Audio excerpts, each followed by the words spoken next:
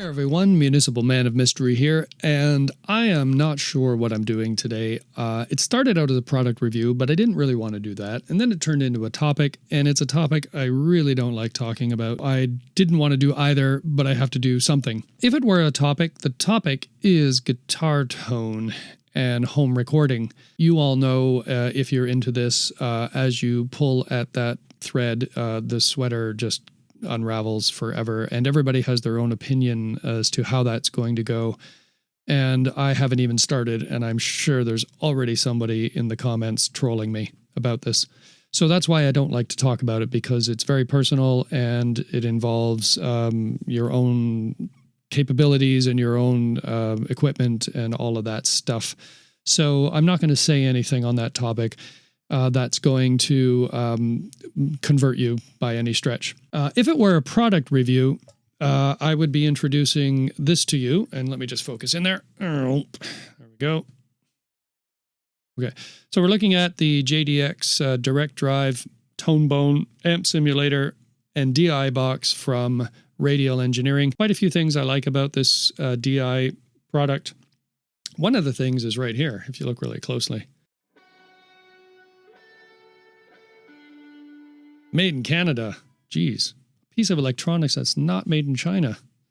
Anyway, I felt like I had to represent my homies and introduce this to you. I was just looking for something to get a nicer, clean sound.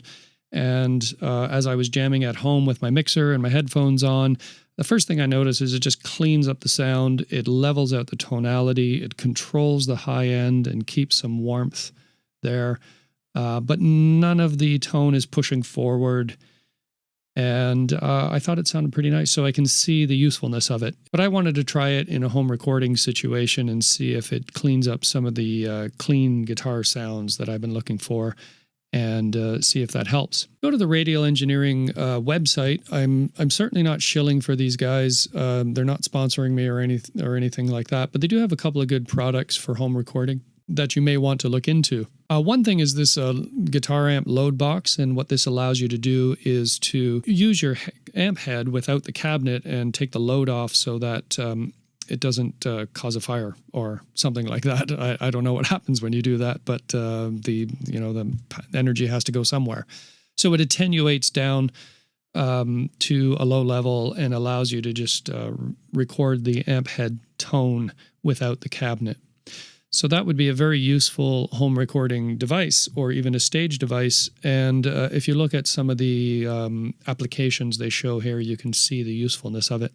You might be asking why I don't have one of these, and it's because they're $1,000, and I wasn't really feeling like I wanted to drop that kind of money until I had a good use for it. So to check this out, we're going to do a few simple comparisons. Nothing too scientific. We're going to start with my amp setup. So I've got my Trainer YCV50 with a Shure SM57, pretty standard live setup. And I'm just going to blare it and annoy my neighbors for a few minutes until they start knocking on the door.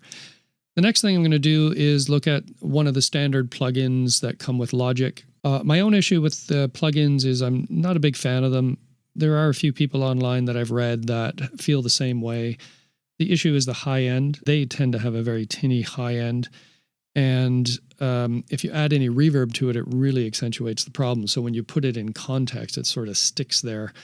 And you try to EQ it out, and you just end up destroying the guitar tone. You know, that's my own personal issue with plugins. And so I was looking for something else that was sort of between an amp and a plugin. And that's how I ended up here. So the only thing you're going to come away with today is a few thoughts and ideas. I don't have any answers for you.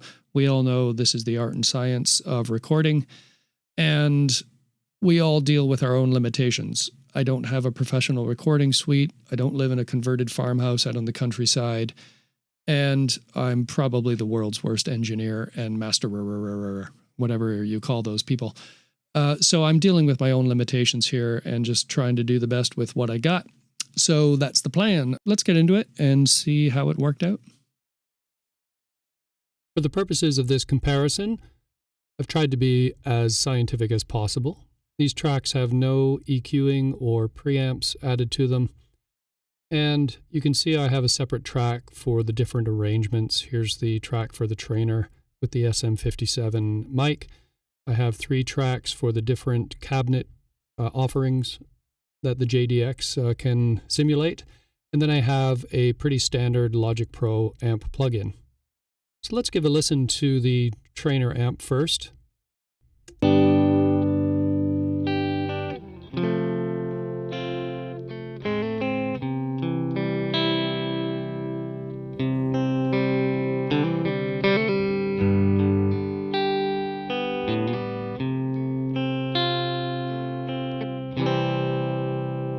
Sounds pretty nice. Good high end, good mid range, not too bassy. Let's hear it in context. I've added a drum beat to this, and for each of these tracks, I tried to play something very similar with the same note velocity, so it wouldn't skew the results. And you can see just by looking at the audio files that there are big differences in gain. But nonetheless, we'll listen to it and see how it sounds.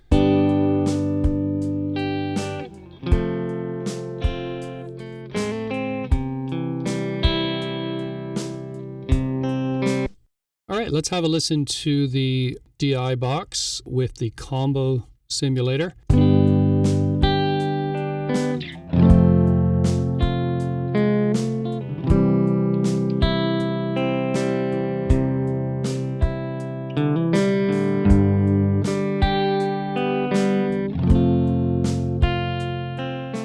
Right, so you can hear the tonal differences there, a little more aggressive on the low end, but it still keeps some warmth in the high end, which I like, a little bit more control than some of the other sims that I've looked at. Let's hear the stack setting, and you'll notice this is a lot more aggressive in the low end.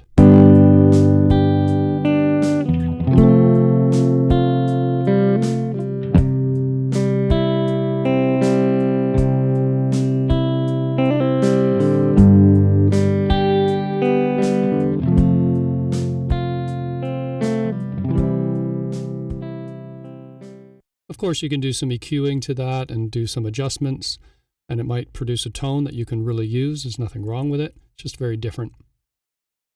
Let's listen to the 4x12 cabinet sim. In this case, it does not give you the option to add the presence variation. So it is a little more aggressive on the low end, and it's not as bright.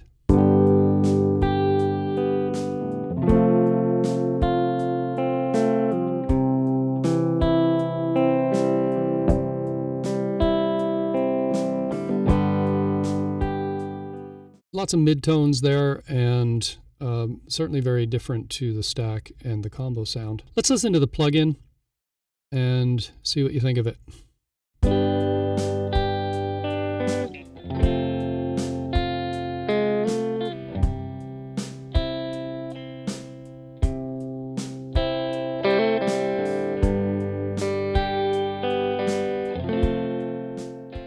So I don't know if you can hear what I was talking about earlier about plugins. There seems to be a lack of control in the high end, and that really comes through in the mix when you put it into context. And it's an issue I've had with plugins. It doesn't matter which one; they all seem to have the same problem. Maybe if I, really paid some money for the high quality plugins, I might feel differently. I'm not sure. And there's certainly a lot you can do in terms of EQing and recording style and microphone and whatever you're doing with your guitar sound, this is just as much art as science. So you may have a very different opinion of plugins, but that's my personal experience with them. Let's do some ABs and hear how those sound.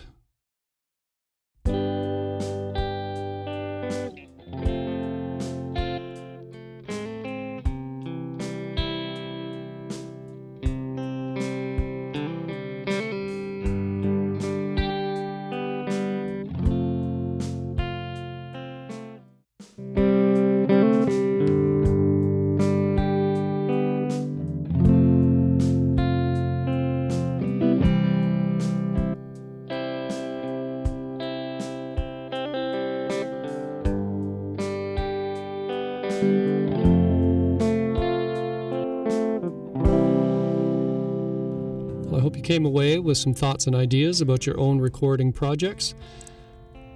I was only trying to add to the discussion today and not really offer any answers, just some insights and maybe some help. If you have any questions, comments, throw them in the comment section below, subscribe to the channel, and stay in touch, everyone.